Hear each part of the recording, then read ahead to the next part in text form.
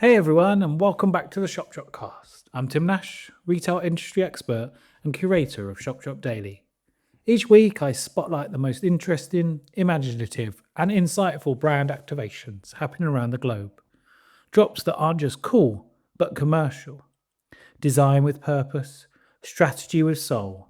Because in today's retail landscape, the best activations do more than dazzle, they deliver measurable impact. From increased dwell time to boosted social engagement and sales conversion. This week, we're diving into 10 standout activations from week 17 and week 18 on Shop Drop Daily.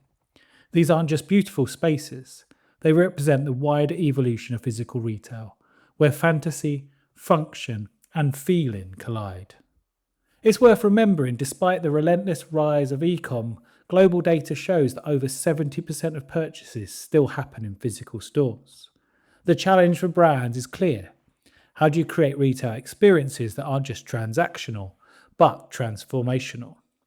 These activations provide some answers. So let's get into it. We start in Shanghai, where Valentino Beauty just dropped one of the most imaginative pop-up concepts we've seen this year. Their fantasy house is split into theme zones, each one inviting you deeper into an emotive, playful world. Think a surrealist hallway of mirrors, a makeup playground drenched in brand-coded pinks, and a signature fragrance room that feels more like a modern temple than a store. What struck me here is the level of intentionality. This isn't just a space to showcase products, it's a space that slows people down and shifts their mood. In an age where attention spans average just 8 seconds, creating a space that encourages slowness and mindfulness is a radical act, and a real luxury. Slowness is becoming premium. You're not just buying makeup, you're stepping into a brand-led dream state, one that's shareable, immersive, and memorable. How many brands today can honestly say their retail space influences mood and mindset, not just buying behaviour? Roger Vivier's Un Air de Paris experience took us in a different direction. Nostalgic, romantic, even theatrical. The pop-up channels old world Paris with antique wallpaper, wooden flooring and sculptural displays that feel lifted from a Wes Anderson frame. It's high fashion meets fantasy, tactile and transportive. This got me thinking. Retail theatre has evolved beyond spectacle. It's now about deep world building. Brands that master this balance create environments that don't just attract footfall, they cultivate emotional loyalty.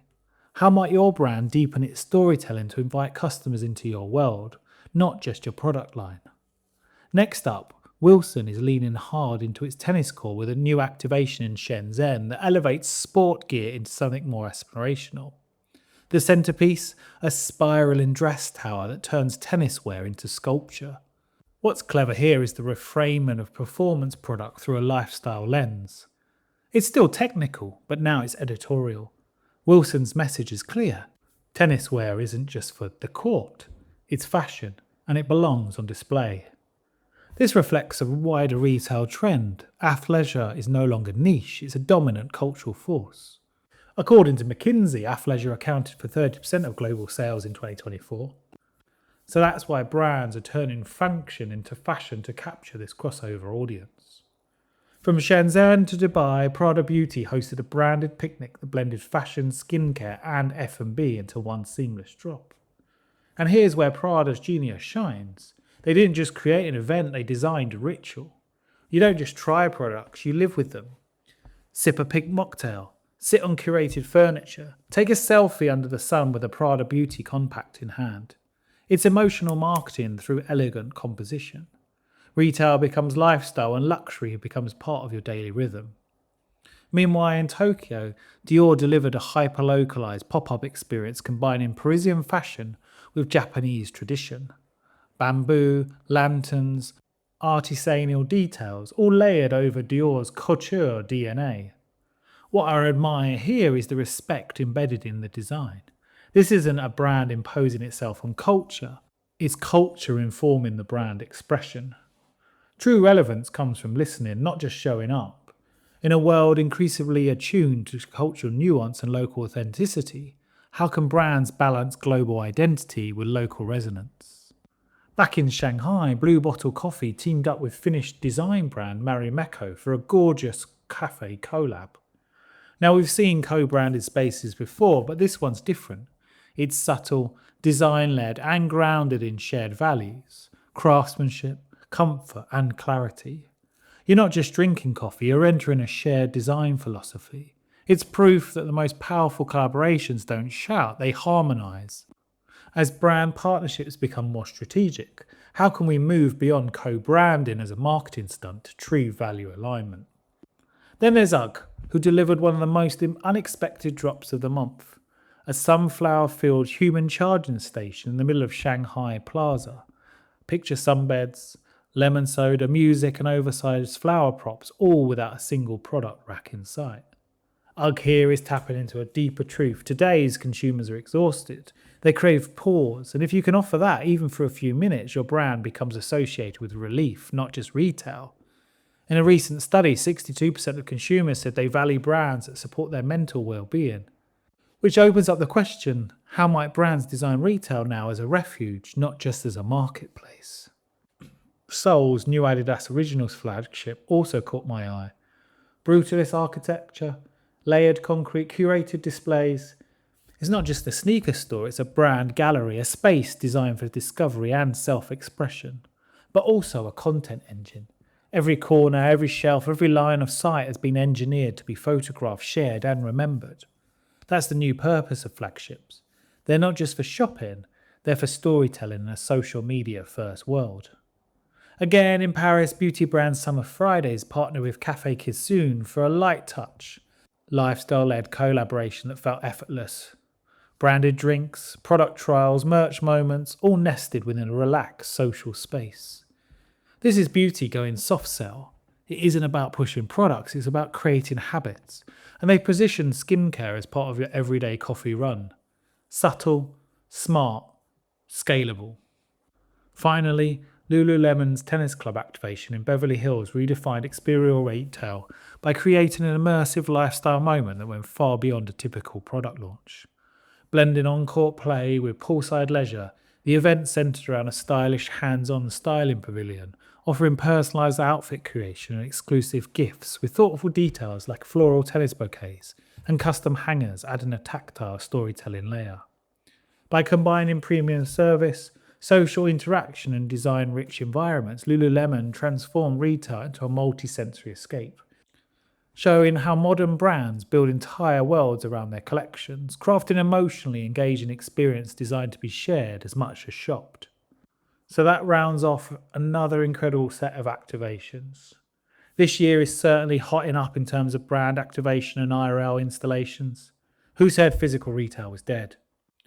But two activations really stood out. These are the drops that for me really push the boundaries, and that's why they're getting my personal hottest drop of the week crown. So let's start back with Lululemon. Their tennis club activation in Beverly Hills is more than a pop-up. It's a full lifestyle statement. For me, they've built a dream-like tennis experience right in the heart of LA, where customers can style up, test gear and fully inhabit the brand's wellness meets performance ethos. It's sunny, it's stylish, and it's deeply strategic. Everything here is designed to be lived and shared, from personalised racket bags to hydrating stations to on-court moments that make you feel like you're in a Vogue editorial. What I love most is how Lululemon has flipped the script. This isn't a sports brand asking for attention. It's a cultural brand offering lifestyle context. They've created desire before the product is even touched. That's long game thinking and it works. And then there's Valentino Beauty's Fantasy House. This is the most transportive brand environment we've seen in months. It's part museum, part dreamscape, and 100% unforgettable. Valentino hasn't just built a pop-up, they've built a portal. Every room is immersive, every corner reveals something new. There's this lovely balance between polish and play, between beauty and aura. In a time where people crave escape, Valentino gives them permission to dream, and that is the essence of modern brand building. You're not just inviting customers in, you're inviting them away from stress, from sameness, into something emotional, creative, and deeply human. These two activations show us where physical retail is heading, towards storytelling that's immersive, intentional, and emotionally intelligent. If you want to see these activations and hundreds more, I've curated over 800 of them at shopdropdaily.com. Whether you're a designer, strategist, marketeer, or brand builder, this is your go-to hub for what's happening next in global brand experience. And hey, if you're enjoying the Shop Dropcast, hit that subscribe button wherever you get your podcast. Apple, Spotify, we're there. You can also follow Shop Drop Daily on LinkedIn and Instagram to stay inspired with the freshest drops, global trends, and creative thinking in real time. And for those who want all the insights and full access to our drops, sign up for a Shop Drop Daily premium subscription over at shopdropdaily.com. That's all for this week. Stay curious, stay creative, and I'll catch you next time.